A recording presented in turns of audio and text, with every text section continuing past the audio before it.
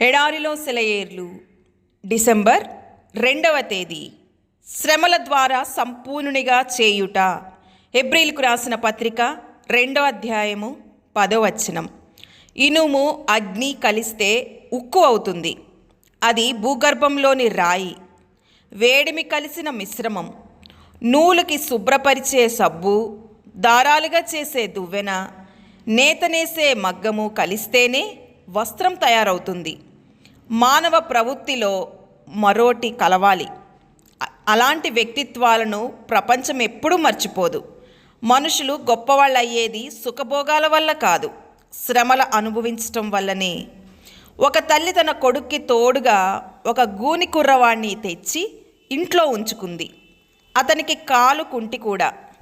ఆ కుర్రవాడిని అతని అంగవైకల్యం గురించి ఏమీ అనవద్దని, అతను మామూలు పిల్లవాడన్నట్టుగానే అతనితో ఆడుకోమని తన కొడుక్కి గట్టిగా చెప్పింది. ఒకరోజు వాళ్ళిద్దరూ ఆడుకుంటూ ఉండగా ఆమె కొడుకు గూని పిల్లవాడితో అనడం విందామె, నీ వీపు మీద ఏముందో తెలుసా? గూని పిల్లవాడికి ఇబ్బందిగా అనిపించింది. మాట్లాడలేదు.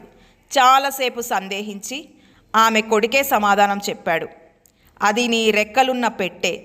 ఒక రోజున దేవుడు దాన్ని విప్పి ఆ రెక్కల్ని విడుదల చేస్తాడు. నువ్వు దేవదూతలాగా ఆ రెక్కల సహాయంతో ఎగిరిపోతావు.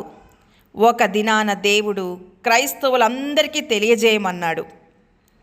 ఇప్పుడు వాళ్ళందరికీ కష్టంగా అనిపించిన ఆదేశాలు వాళ్ళ వ్యక్తిత్వాలను సరిచేయడానికి, వాళ్ళని ఉన్నతులుగా తీర్చిదిద్దడానికి, పరలోకంలో తాను కట్టబోయే పట్టణంలో వాడడానికి, మెరుగుపెట్టిన రాళ్లలా చేయడానికి వాడిన సాధనాలని. వ్యక్తిత్వం అనే మొక్కకి శ్రమలు మంచి ఎరువులు.